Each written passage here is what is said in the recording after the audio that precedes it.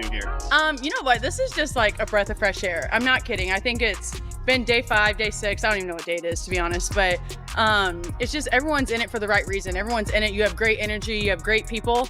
And at the end of the day, everyone's putting aside their agendas and doing what's best for the team. And let me tell you, it is refreshing and everyone's excited to be here. That era came to a stunning end when defenders could target the rookie with cheap shots while referees looked the other way. And Angel Reese and Kennedy Carter believed they could abuse Caitlin Clark without facing any repercussions. She needs an enforcer. She needs a brute that will wreck people if they wreck her. Sophie Cunningham just arrived to Fever training camp with a message so potent that it's rocking the WNBA. The seasoned shooter, who holds a black belt in Taekwondo, isn't just joining the squad. She's now the enforcer for in this video. We'll analyze Sophie's training camp play, interviews, and why she's now the Indiana Fever's hidden weapon against all the bullies. Sophie is the league's most targeted star. If you're thrilled, leave a remark below with Sophie and CC, and let's go. Sometimes you need one of those players on your team. You need one of those enforcers. Every good player, by the way. Every good player, every good team that is a super duper star. Most of the time have enforcer type play. Remember how the excitement quickly changed to something else entirely when Caitlin Clark entered the WNBA as the most anticipated player ever? As games progressed, a troubling pattern emerged that left both fans and analysts in awe of what they were seeing. The numbers tell a story that cannot be ignored. One player was the target of an alarming 17% of all egregious fouls in the WNBA last season. For a moment, Caitlin Clark considered how a rookie in a league of top athletes ended up getting roughly 1/5 of the game's most serious fouls. This wasn't an accident, it was planned. So there's a hot topic going on right now. Caitlin Clark says she got cheap shotted against the sky. I mean, throughout the season, she's been getting beat up. Hard screens, elbows, knocked down. The pattern became unavoidable as opponents targeted Clark with punishing screens, excessive body contact, and plays that went beyond what was considered safe to play. They weren't simply playing rough basketball, either. What ought to have been an honoring of extraordinary talent was instead a nightly trial in which the worst violators were soon exposed to the entire audience. Ree became Clark's most noticeable adversary by combining unrelenting the rookie was intended to be distracted by hard play and incessant trash talk, but arguably the most obvious instance was when Kennedy Carter's shoulder check during a quick break went viral on social media. These were statements rather than merely basketball plays. Clark! Hammer! What exacerbated the situation, the authorities continuously failed to offer sufficient protection. Referees frequently blew their whistles during plays that would have resulted in other players being called right away. As a result, Clark had to navigate a physical hazard while attempting to lead a youthful Fever team with little experience. That's all I see. They try so long to get respect for women's basketball, and then they treat it like a junior high school girl's locker room.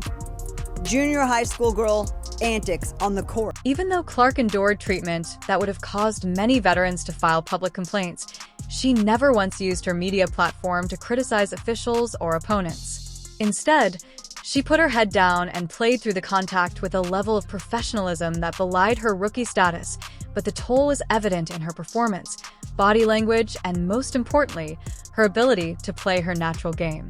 The Fever front office was blind to what was happening as they watched their franchise cornerstone endure punishment night after night, and they came to the firm decision that this treatment would not continue into Clark's sophomore season.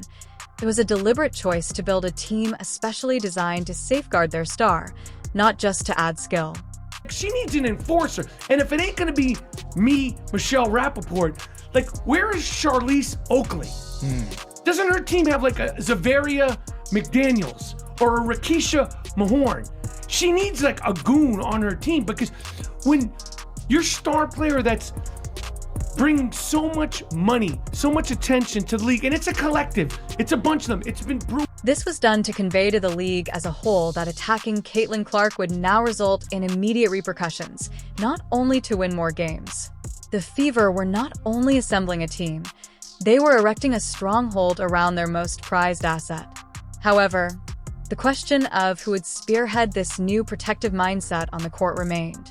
The Fever required a player who possessed the ideal blend of expertise, skill, and a willingness to set limits.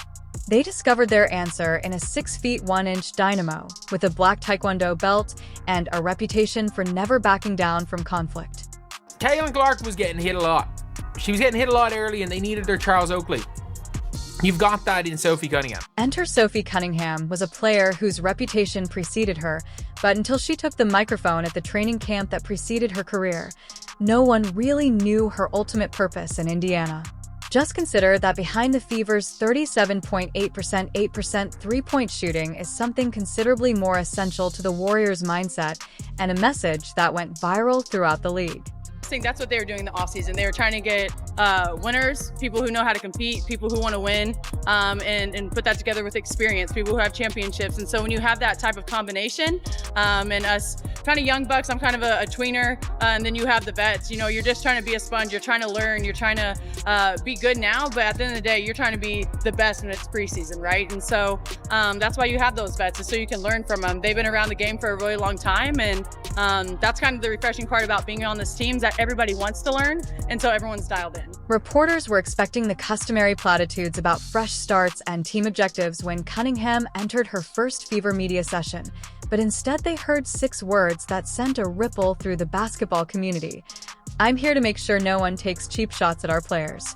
That stops now in an era where most athletes stick to carefully crafted PR statements. It felt like a thunderclap when Cunningham made his direct announcement. I do think that everyone knows that we have something special here. I think a lot of teams have a lot of teams that are special, a lot of rosters that are special, but can you put it together? Can you put aside your agendas? Can you come into work every single day when you're tired, when you're sore, and still get something done and stack the days? And that's what we're doing. Today was tough, you know what I mean? Like, we've been going for a long time. They haven't been, this is not an easy training camp, I'll tell you that, but I think we're going to be better for it. And I think if you ask anyone, everyone kind of just feels that nice energy. Her background demonstrates a foundation of discipline and physical prowess that directly correlates to her playing style throughout her WNBA career, which is what makes her especially qualified for this protective duty. Cunningham is known for never backs down from conflict, which makes her the ideal barrier for a group that needs to build. I'm on year 7, and I did not believe people when they're like, hey, when you get old, you're going to know. Boy, I think I'm starting to get old, and I hate saying that. But no, it's just, we play fast, right? We're going to be quick. We're a run and gun. We're a shooting team. But with that, you got to get your cardio up. With that, you have to play fast but play smart. And so there's a fine line between that, and we're all trying to get that. There's a lot of people here, a lot of different rotations. A lot of people that you haven't played with before, so you have to know where they want the ball, when they want it, their rhythm, their style of play. And so a lot of people are learning, but it's fun, right? Everyone's excited to be here. Everyone's working hard. We've had 3 really, really good days. During training camp interviews, the veterans stressed the need of getting to know and love one another off the court and underscoring the idea that the team's dedication extends beyond simply protecting Indiana's star rookie. Cunningham clarified since, of course, translates to synergy on the court and a readiness to defend one another. This way of thinking indicates a more complex tactic. She is creating a culture where all players feel safe in addition to safeguarding Clark. What's that chemistry building process been like, especially off the court? Yeah. You guys are all now in market. I don't even want to sound like this, but it's been easy. It's been easy because you have really, really great people here that want to be a part of something special. And so they're not only phenomenal athletes, but they're phenomenal people. They're out in the community. They do what's right. I don't know. We're just good stewards. And so when you're around those types of people, it's refreshing. And when I say this, I'm truly happy to be here because it hasn't been like this for my career in a really long time. When reporters directly asked her about the physical abuse Clark received during her rookie season, she stopped. Cunningham wasn't holding back when she said, "That's not basketball," and she made it clear that it would not occur under my supervision. Her response was so straightforward that there was no opportunity for interpretation. The days of attacking the Fever's franchise player with undue aggression were over. Anytime you play with the GOAT of our team, or the GOAT of our game, you're going to learn a lot. You have to be ready for the ball, head on a swivel at all times. And the way that she throws the ball is a lot how DT threw it. I think this is just the younger version of her, so she has a little bit more energy, a little bit more spunk. I miss DT in her prime, but doesn't mean she wasn't great when I played with her. But honestly, at the end of the day, everybody can shoot, right? If you're cutting and you're open, you're going to get the ball. And so you just have to be ready for that. And I'm excited for that. And I think you'll see 1 through 5 is interchangeable. Cunningham's background performing with icons like Brittany Gurrier and Diana Taurasi has provided her with a special perspective on managing. This veteran wisdom is proving invaluable for a young team facing unprecedented attention, she said during camp, describing her strategy for blocking out outside distractions and safeguarding the team's mental space. "I know what it's like to have every move scrutinized. I'm so grateful and blessed to have my time out in Phoenix. I met a lot of cool people. I had a lot of great teammates. I learned a lot, had a lot of great times, but just a new era for me, right? A new system, a new type of energy. And so, of course, I'm excited for it. I'm happy to be close to my family. I'm excited to have my teammates, so I'm started to even get close with now, and I think we're going to be lots of friends. And so, I don't know, it's a new vibe, and I'm happy. Her basketball prowess and protective instincts work together to create a powerful presence. Her lethal three-point accuracy compels opponents to be honest, giving Clark more room to move. This dual threat makes the Fever much more dangerous. In addition to the athletic penalties for pursuing Clark, opponents now face the basketball penalties for neglecting Cunningham after that fatal incident. Fans may observe the scoring partnership developing between these two coaches, but there is something much more important happening on the defensive end of the court that is even more valuable to Caitlin Clark's success. A basketball IQ that foresees threats before they materialize. We have entered Indiana Fever training camp day 3, and Sophie Cunningham is killing it. During intense practice sessions, Cunningham not only talks about protection, but also exemplifies it through a steady flow of communication that changes Indiana's defensive positioning. During drills, you can see her directing traffic like an on-court air traffic controller, making sure Clark is safe and pointing out screens before they happen. Never gets caught off guard by picks she doesn't anticipate because of the early warning system this strategic awareness produces. Clark can move around the court without continually checking over her shoulder.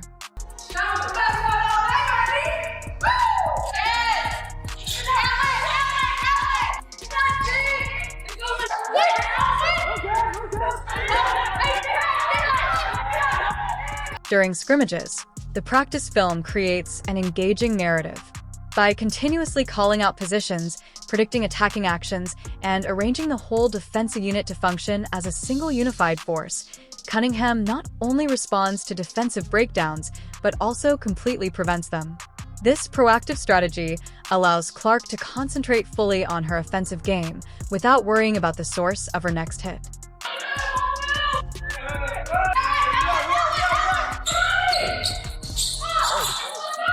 This collaboration is especially unique since it goes beyond the court in between drills. Cunningham and Clark are frequently huddled together having passionate discussions about team dynamics and strategy. When the pressure builds in the fourth quarter, this quick growth of off-court chemistry has built a foundation of trust that translates immediately to game situations. This connection allows them to communicate with a simple nod or glance. She sees the Indiana Fever putting Sophie back in that 3 position, so she sees her having like more of a breakout season than she'd had at the Mercury, having to play a position that wasn't exactly natural to her. But watching the footage, it's kind of crazy because I see Sophie Cunningham now as being able to play the 1, the 2, the 3, and with her experience over at Mercury, the 4. Sophie Cunningham at the 1 as the point guard, you're crazy, you say, but no. Cunningham's versatility enhances her defensive presence by allowing her to play a variety of positions, from power forward to point guard, giving the Fever unusual lineup combinations keep opponents guessing. This positional flexibility causes other teams to struggle in matches, while giving Clark various forms of support based on the circumstance. So we have Sophie with the ball. She's running it up the court. She's directing traffic. Nice pass over to, Jalen? And look at that pass over to Lexi, cross-court pass. And she seems to have evolved as a leader, like talking to everybody in the huddle. And run. Make them run. We need to be quicker than that group there. Okay. And it looks like they were just kind of testing out Sophie as a point guard. The influence goes beyond the Clark-Cunningham connection. Teammates have started to embrace this same protective mentality, fostering a culture within the team where defending one another is just what they do. It's no longer about a single enforcer. Rather, It's about a whole group that won't allow any member to be singled out or isolated. Could see Sophie just coming in for a few minutes a game and, giving Caitlin Clark a rest or anybody else a rest, starting at the 1, migrating over to the 2, whatever. She seems to be able to do it, and she isn't looking bad while doing it. She's confident. She's hitting her targets cross court, and there is more footage showing her spotting up so she can still go over to the 2, to the 3, to the 4 even, spot up at the wing and knock down a 3. 3.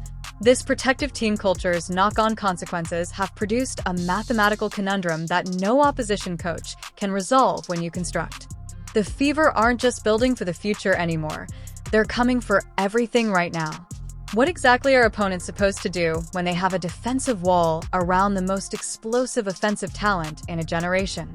Indiana's front office has put together a championship-caliber squad almost overnight, demonstrating a masterclass in team building that goes far beyond just creating a security detail for their star. With 3 championship rings and a Defensive Player of the Year trophy in tow, Natasha Howard not only intimidates opponents on the court but also instantly changes the defensive identity of Indiana, setting a new benchmark and offering a blueprint for success that younger players can emulate. It's going to be Caitlin Clark flash show. So it's going to be phenomenal playing with a point guard, like you said, that have a good vision on the court, because that's like as soon as she gets the ball in her hand, she's throwing it up because she already see the person down the court before she even get the ball in her hand. So that's one thing I love about her vision on the court. I really can't wait to catch all those passes and give her all the assists that she needs. When you observe how each component enhances the others, the genius of this roster composition becomes clear. With consecutive all-defensive first-team choices, Brian Turner establishes what her teammates are already referring to as a no-fly zone in the paint. Cunningham's outspoken leadership is expertly balanced by her quiet tenacity, leaving opponents on either end of the court with nowhere to hide. How are you on the court? What sort of attributes do you think you're going to bring, and where will you, add to the Fever from last year to this year? Yeah, I think I'm really just like a calming presence. I feel like I never get too high or get too low. People are like, why don't you smile more? Why don't you get excited? I'm like, I'm just chilling. I'm vibing. I feel like I'm really an observer, but I am really competitive as well. I like to run the floor, like to play defense, like to win, and I think the Fever was the place to be if I wanted to win. To prevail, Dana. Perhaps the most underappreciated addition of all was adding Bonner, whose leadership and basketball acumen give her a steady presence on and off the court. During practice, you can already see her coaching younger players by reading defenses and making the kind of seasoned decisions that elevate good teams to great ones. What excites you the most about this team that you're going to be joining? I mean, they have dynamic pieces in CC and Kelsey Mitchell and AB, Lexi Hall. I mean, they have a great core, so why not just add to that and try to, take us to the next level in the playoffs. They were in first round, and I played against them in the first round, and the way they came back the second game, it just makes you excited to, okay, I want to be a part of that. They didn't lay down and quit. They came back and actually tried to beat us early, that next game. What's startling the league's watchers aren't only impressed by the players' individual skill, they're also impressed by how well this bunch has gelled together. Early training camp reports show an offense that is already operating with exceptional efficiency. Clark is using precise passes to locate gunmen. Cunningham stated in a recent interview that we have great energy and great people, that chemistry is creating an impossible equation for opposing coaches to focus too much on Clark and Howard Cunningham, or Bonner will make you pay. And let's not forget that this team still has Aaliyah Boston. The ball movement looks crisp, and there's a palpable energy that usually takes months, not weeks, to develop. Everyone is in it for the right reason.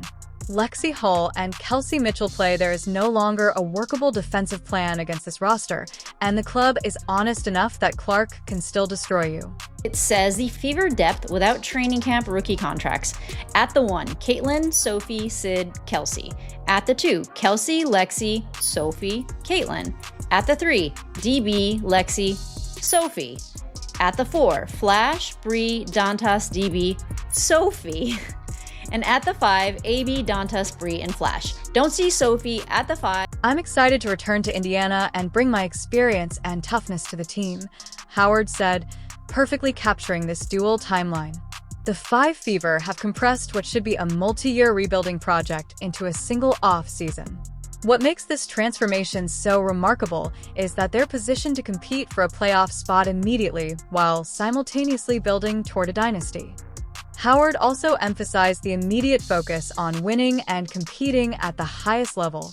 When the 2025 season tips off, the Indiana Fever won't just look different. They'll be unrecognizable from the struggling expansion team of years past. The message to the league is clear. This club demands greatness. Veterans like Howard, Cunningham, Turner, and Bonner aren't just providing abilities. They're fostering a culture where physical rough play is matched and not tolerated. But you know, they are having fun. Case in point, Sophie and Caitlin are two friends that need to be separated in class for talking too much.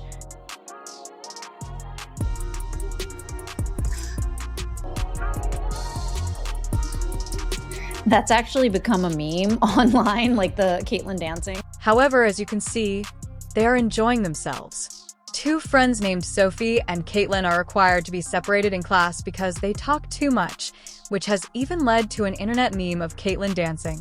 What we're seeing is nothing short of a revolution for the Indiana Fever. The partnership between Caitlin Clark and Sophie Cunningham signifies a shift in power in the WNBA, fostering an atmosphere where talent can thrive without being distracted. Cunningham's arrival signifies more than just the addition of a shooter. It creates a culture where teammates genuinely support one another for the right reasons, and the chemistry that develops off the court translates directly to on-court performance. With Clark now free to concentrate on her exceptional playmaking skills, the league should realize that this isn't just about safeguarding a star player. It's about completely changing the competitive landscape of women's basketball for years to come. If you're excited, leave a comment below, like, and subscribe so you don't miss anything. We'll see you in the following video after you click the one on the screen.